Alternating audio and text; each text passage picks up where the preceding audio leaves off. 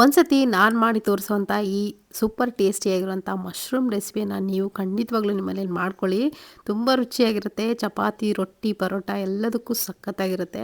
So ನೋಡಿ, ಮಶ್ರೂಮ್ನಿಂದ ಒಂದೇ ಥರ ರೆಸಿಪಿ ಮಾಡೋದು ಬದಲು ಈ ಥರ ಡಿಫ್ರೆಂಟಾಗಿ ಮಶ್ರೂಮ್ ರೆಸಿಪಿಗಳನ್ನ ಮಾಡಿ ತುಂಬ ಟೇಸ್ಟಿಯಾಗಿರುತ್ತೆ. ನಮ್ಮ ಚಾನಲಲ್ಲಿ ಆಲ್ರೆಡಿ ಸಾಕಷ್ಟು ರೆಸಿಪಿಗಳನ್ನ ತೋರಿಸ್ತಾ ಇದ್ದೀನಿ. ನಾನಲ್ಲಿ ಒಂದು ಪ್ಯಾಕೆಟಷ್ಟು ಮಶ್ರೂಮ್ನ ಸಣ್ಣದಾಗಿ ಕಟ್ ಮಾಡಿಕೊಂಡು ಇಟ್ಕೊಂಡಿದ್ದೀನಿ. ಕ್ಲೀನಾಗಿ ವಾಶ್ ಮಾಡ್ಕೊಂಡಿದ್ದೆ. ಒಣಗಾದ್ಮೇಲೆ ಸಣ್ಣದಾಗಿ ಕಟ್ ಮಾಡ್ಕೊಂಡು ಇಟ್ಕೊಂಡಿದ್ದೀನಿ. ಇವಾಗ ಮಸಾಲೆಗೆ ಒಂದು 3ರಿಂದ 4 ಹಸಿಮೆಣಸಿನ್ಕಾಯಿ, ಶುಂಠಿ ಮತ್ತು ಬೆಳ್ಳುಳ್ಳಿನ ಹಾಕ್ಕೊಳ್ತಾ ಇದ್ದೀನಿ. ಹಾಗೆಯೇ ಸ್ವಲ್ಪ ಕೊತ್ತಂಬರಿ ಸೊಪ್ಪು, ಜೊತೆಗೆ ಸ್ವಲ್ಪ ಪುದೀನ ಸೊಪ್ಪು. ಹಾಗೆಯೇ ನಾನಿಲ್ಲಿ ಒಂದು 10ರಿಂದ 15 ಗೋಡಂಬಿ, ಇಡೀದಾಗಿರುವಂಥ ಗೋಡಂಬಿಯನ್ನು ಹಾಕ್ಕೊಳ್ತಾ ಇದ್ದೀನಿ. ನಿಮ್ಮ ಹತ್ರ ಗೋಡಂಬಿ ಇಲ್ಲಾಂದರೆ ಸ್ಕಿಪ್ ಮಾಡಿ, ಏನು ತೊಂದರೆ ಇಲ್ಲ. ನಾನಿಲ್ಲಿ ಒಂದು ಈರುಳ್ಳಿ ಕೂಡ ಹಾಕ್ಕೊಂಡು ಇದನ್ನು ನುಣ್ಣಗೆ ರುಬ್ಕೊಂಡಿದ್ದೀನಿ. ಗೋಡಂಬಿ ಬದಲು ಮೆಲನ್ ಸೀಡ್ಸನ್ನು ಯೂಸ್ ಮಾಡ್ಬೋದು ಇಲ್ಲಿ. ಸೊ ಇವಾಗ ಮಾಡೋದು ನೋಡೋಣ. ಒಂದು ಪಾತ್ರೆ ಬಿಸಿ ಇಟ್ಕೊಂಡಿದ್ದೀನಿ. ಒಂದು 2 ಸ್ಪೂನ್ ಆಗೋಷ್ಟು ಎಣ್ಣೆ ಹಾಕ್ಕೊಂಡು, ಎಣ್ಣೆ ಕಾದ್ಮೇಲೆ ಸ್ವಲ್ಪ ಸೋಂಪನ್ನು ಹಾಕ್ಕೊಂಡಿದ್ದೀನಿ. ಜೊತೆಗೆ ಅರ್ಧದಷ್ಟು ಈರುಳ್ಳಿನ ಸಣ್ಣದಾಗಿ ಕಟ್ ಮಾಡಿಕೊಂಡು ಹಾಕ್ಕೊಂಡಿದ್ದೀನಿ ಒಗ್ಗರಣೆಗೆ. ಸ್ವಲ್ಪ ಹೊತ್ತು ಟ್ರಾನ್ಸ್ಪರೆಂಟ್ ಆಗೋವರೆಗೂ ಫ್ರೈ ಮಾಡ್ಕೊಳ್ಳಿ ಈರುಳ್ಳಿನ. ತುಂಬ ಟೇಸ್ಟಿಯಾಗಿರುತ್ತೆ ಈ ರೆಸಿಪಿ ಮಾತ್ರ. ಖಂಡಿತ ನೀವು ಸ್ಕಿಪ್ ಮಾಡಲೇಬೇಡಿ. ವಿಡಿಯೋ ಪೂರ್ತಿ ನೋಡಿ. ನೀವು ಕೂಡ ನಿಮ್ಮ ಮನೇಲಿ ಮಶ್ರೂಮ್ ತಂದರೆ ಖಂಡಿತ ಇದನ್ನು ಮಾಡ್ಕೊಳ್ಳಿ. ಪ್ರತಿಯೊಬ್ಬರಿಗೂ ಇಷ್ಟ ಆಗುತ್ತೆ. ನೋಡಿ, ಎಣ್ಣೆ ಚೆನ್ನಾಗಿ ಫ್ರೈ ಆದಮೇಲೆ ಡೈರೆಕ್ಟಾಗಿ ಇದಕ್ಕೆ ಮಶ್ರೂಮ್ ಏನು ಕಟ್ ಮಾಡಿ ಇಟ್ಕೊಂಡಿದ್ವಲ್ಲ, ಮಶ್ರೂಮನ್ನು ಹಾಕ್ಕೊಂಡಿದ್ದೀನಿ. ಹಾಕ್ಕೊಂಡು ಕ್ಲೀನಾಗಿ ಸ್ವಲ್ಪ ಹೊತ್ತು ಬಾಡಿಸ್ಕೊಳ್ಳಿ. ಯಾಕಂದರೆ ಮಶ್ರೂಮ್ ಏನು ಜಾಸ್ತಿ ಸಮಯ ತೊಗೊಳ್ಳಲ್ಲ, ಬೇಗನೆ ಫ್ರೈ ಆಗಿಬಿಡುತ್ತೆ. ಹಾಗಾಗಿ ಸ್ವಲ್ಪ ಚೆನ್ನಾಗಿ ಬಾಡಿಸ್ಕೊಳ್ಳಿ ಮಶ್ರೂಮನ್ನು. ಸ್ವಲ್ಪ ಹೊತ್ತು ಫ್ರೈ ಮಾಡಾದಮೇಲೆ ನಾನಿಲ್ಲಿ ಇದಕ್ಕೆ ರುಚಿಗೆ ಎಷ್ಟು ಬೇಕು ಅಷ್ಟು ನೋಡಿಕೊಂಡು ಉಪ್ಪು ಹಾಗೆ ಅರಿಶಿನ ಹಾಕ್ಕೊಂಡಿದ್ದೀನಿ. ಅರಿಶಿನ ಮತ್ತು ಧನಿಯಾ ಪೌಡ್ರ್ ಕೂಡ ಹಾಕ್ಕೊಂಡಿದ್ದೀನಿ. 1 ಸ್ಪೂನ್ ಆಗೋಷ್ಟು, ಅರ್ಧ ಟೀ ಸ್ಪೂನ್ ಆಗೋಷ್ಟು ಜೀರಿಗೆ ಪುಡಿ, 1 ಸ್ಪೂನ್ ಆಗೋಷ್ಟು ಪೆಪ್ಪರ್ ಪುಡಿ ಅಂದರೆ ಕಾಳು ಮೆಣಸಿನ ಪೌಡ್ರನ್ನ ಹಾಕ್ಕೊಂಡಿದ್ದೀನಿ. ಇದ್ರ ಜೊತೆಗೆ ಚಿಕನ್ ಮಸಾಲ 1 ಸ್ಪೂನ್ ಆಗೋಷ್ಟು ಹಾಕ್ಕೊಳ್ತಾ ಇದ್ದೀನಿ. ಇದನ್ನು ಹಾಕ್ಕೊಂಡು ಚೆನ್ನಾಗಿ ಮಿಕ್ಸ್ ಮಾಡ್ಕೋಬೇಕು.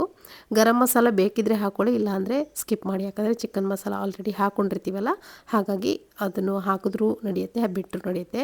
ಮೈಲ್ಡಾಗಿರಬೇಕು ಮಸಾಲೆ ಯಾವಾಗಲೂ. ಸ್ವಲ್ಪ ಈ ಟೈಮಲ್ಲಿ ಕರಿಬೇವನ್ನು ಕೂಡ ಹಾಕ್ಕೊಂಡಿದ್ದೀನಿ. ತುಂಬ ಟೇಸ್ಟಿಯಾಗಿರುತ್ತೆ.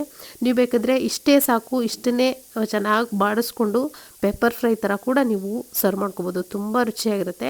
ಇವಾಗ ರುಚಿಗೆ ಎಷ್ಟು ಬೇಕು ಅಷ್ಟು ನೋಡಿಕೊಂಡು ಉಪ್ಪನ್ನು ಕೂಡ ಸೇರಿಸ್ಕೊತಾ ಇದ್ದೀನಿ. ಹಾಗೆಯೇ ಕಸೂರಿ ಮೇಥಿ ಹಾಕ್ಕೊಳ್ತಾ ಇದ್ದೀನಿ. ಈ ಟೈಮಲ್ಲಿ ಕಸೂರಿ ಮೇಥಿ ಹಾಕ್ಕೊಂಡು ಅದನ್ನು ಕೂಡ ಎಣ್ಣೆಯಲ್ಲಿ ಚೆನ್ನಾಗಿ ಫ್ರೈ ಮಾಡ್ಕೋಬೇಕು. ತುಂಬ ರುಚಿಯಾಗುತ್ತೆ ಈ ಮಶ್ರೂಮ್ ಕರಿ ಅಂತೂ. ಇದರ ಫ್ಯಾನ್ ಆಗಿ ಹೋಗ್ತೀರಾ ನೀವೇನಾದರೂ. ಇದನ್ನು ಖಂಡಿತ ನಿಮ್ಮ ಮನೇಲಿ ಮಾಡಿಕೊಂಡು ಪ್ರತಿಯೊಬ್ಬರಿಗೂ ಟೇಸ್ಟ್ ಮಾಡಿಸಿ. ಸೊ ಇವಾಗ ನೋಡಿ, ಕಸೂರಿ ಮೇಥಿ ಹಾಕ್ಕೊಂಡು ಸ್ವಲ್ಪ ಹೊತ್ತು ಫ್ರೈ ಮಾಡಾದಮೇಲೆ ಟೊಮೆಟೊ ಹಾಕ್ಕೊಂಡಿದ್ದೀನಿ. ಒಂದು ದೊಡ್ಡ ಗಾತ್ರದ ಟೊಮೆಟೊ ಹಾಕ್ಕೊಂಡು ಇದನ್ನು ಕೂಡ ಬಾಡಿಸ್ಕೋಬೇಕು. ಪೂರ್ತಿ ಸಾಫ್ಟ್ ಆಗೋವರೆಗೂ ಇದನ್ನು ಬಾಡಿಸ್ಕೋಬೇಕು. ಸ್ವಲ್ಪ ಹೊತ್ತು ಮುಚ್ಚಳ ಮುಚ್ಚಿಟ್ರೆ ತಾನೇ ಸಾಫ್ಟ್ ಆಗುತ್ತೆ. ಇಲ್ಲಾಂದರೆ ನೀವು ಹಾಗೆಯೇ ಈ ಥರ ಹೈ ಫ್ಲೇಮ್ ಇಟ್ಕೊಂಡು ಸ್ವಲ್ಪ ಹೊತ್ತು ಫ್ರೈ ಮಾಡಿದ್ರೆ ಸಾಕು, ಬೇಗನೆ ಫ್ರೈ ಆಗಿಬಿಡುತ್ತೆ. ಇವಾಗ ರುಬ್ಬಿಟ್ಕೊಂಡಂಥ ಮಸಾಲೆ ಏನಿದೆ ನೋಡಿ, ಅದನ್ನು ಕೂಡ ಇದಕ್ಕೆ ಸೇರಿಸ್ಕೊಳ್ತಾ ಇದ್ದೀನಿ. ಈ ಮಸಾಲ ಅಂತೂ ಅಲ್ಟಿಮೇಟ್ ಆಗಿರುವಂಥ ಟೇಸ್ಟ್ ಕೊಡುತ್ತೆ. ತುಂಬ ಟೇಸ್ಟಿಯಾಗಿರುತ್ತೆ. ನೋಡಿ, ಸ್ವಲ್ಪ ನೀರನ್ನು ಕೂಡ ಹಾಕ್ಕೊಂಡು ಇದನ್ನು ಮಿಕ್ಸ್ ಮಾಡ್ಕೊತಾ ಇದ್ದೀನಿ.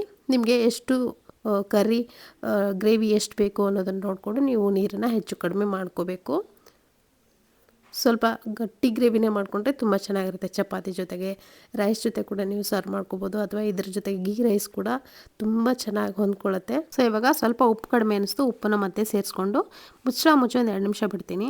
ಅಷ್ಟರೊಳಗೆ ಒಂದು ಒಗ್ಗರಣೆ ಪಾತ್ರೆಗೆ ಒಂದು 2ರಿಂದ 3 ಸ್ಪೂನ್ ಆಗೋಷ್ಟು ತುಪ್ಪವನ್ನು ಹಾಕ್ಕೊಳ್ತಾ ಇದ್ದೀನಿ. ನೀವು ಬೇಕಿದ್ರೆ ಬೆಣ್ಣೆ ಕೂಡ ಹಾಕೋಬೋದು. ನಾನಲ್ಲಿ ಒಂದು ಅರ್ಧ ಕಪ್ ಆಗೋಷ್ಟು ಗೋಡಂಬಿನ 2 ಭಾಗವಾಗಿ ಮಾಡಿಕೊಂಡು ಫ್ರೈ ಮಾಡ್ಕೊಳ್ತಾ ಇದ್ದೀನಿ. ಈ ಗೋಡಂಬಿನ ಚೆನ್ನಾಗಿ ಕೆಂಪಗಾಗೋವರೆಗೂ ಫ್ರೈ ಮಾಡ್ಕೋಬೇಕು. ಫ್ರೈ ಮಾಡಿಕೊಂಡು ಕ್ರಿಸ್ಪಿ ಆಗೋವರೆಗೂ ಫ್ರೈ ಮಾಡಿಕೊಂಡು ಇಲ್ಲಿ ನಾವಾಗಲೇ ಬೇಯಿಸಿಟ್ಟಂಥ ಮಶ್ರೂಮ್ ಕರಿಗೆ ಇದನ್ನು ಸೇರಿಸ್ಕೊಳ್ತಾ ಇದ್ದೀನಿ.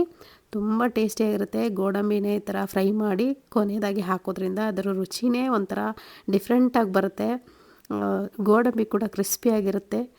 ಈಗ ಕಾಜು ಕರಿ ನೀವು ಯಾವ ರೀತಿ ಹೋಟೆಲಲ್ಲಿ ಹೋದಾಗ ತಿಂತಿರಲ್ಲ, ರೆಸ್ಟೋರೆಂಟಲ್ಲೆಲ್ಲ ಅದೇ ರುಚಿ ಬರುತ್ತೆ. ತುಂಬ ಟೇಸ್ಟಿಯಾಗಿರುತ್ತೆ. ಸೊ ಇವಾಗ ಈ ಮಶ್ರೂಮ್ ಕಾಜು ಗ್ರೇವಿ ರೆಡಿಯಾಗಿದೆ. ತುಂಬ ರುಚಿಯಾಗಿರುತ್ತೆ. ಪರೋಟ, ಚಪಾತಿ ಎಲ್ಲದಕ್ಕೂ ಸೂಟ್ ಆಗುತ್ತೆ. ನಾನಿಲ್ಲಿ ಒಂದು ಸರ್ವಿಂಗ್ ಬಕೆಟ್ಗೆ ಸರ್ವ್ ಮಾಡ್ಕೊಳ್ತಾ ಇದ್ದೀನಿ. ಟ್ರಸ್ಟ್ ಮೀ ಫ್ರೆಂಡ್ಸ್, ಖಂಡಿತವಾಗ್ಲೂ ನೀವು ಇದನ್ನು ನೋಡಾದಮೇಲೆ ನೀವು ಕೂಡ ನಿಮ್ಮ ಮನೆಯಲ್ಲಿ ಮಶ್ರೂಮ್ ತಂದಾಗ ಇದೇ ರೆಸಿಪಿಯನ್ನು ಮಾಡ್ಕೊಳ್ಳಿ. ನಿಮಗೆ ಖಂಡಿತವಾಗ್ಲೂ ಇಷ್ಟ ಆಗುತ್ತೆ. ಇಷ್ಟ ಆದರೆ ಒಂದು ಕಮೆಂಟ್ ಮುಖಾಂತರ ತಿಳಿಸಿ. ಮತ್ತೆ ಸಿಗ್ತೀನಿ ಮತ್ತೊಂದು ರೆಸಿಪಿಯೊಂದಿಗೆ. Thank you.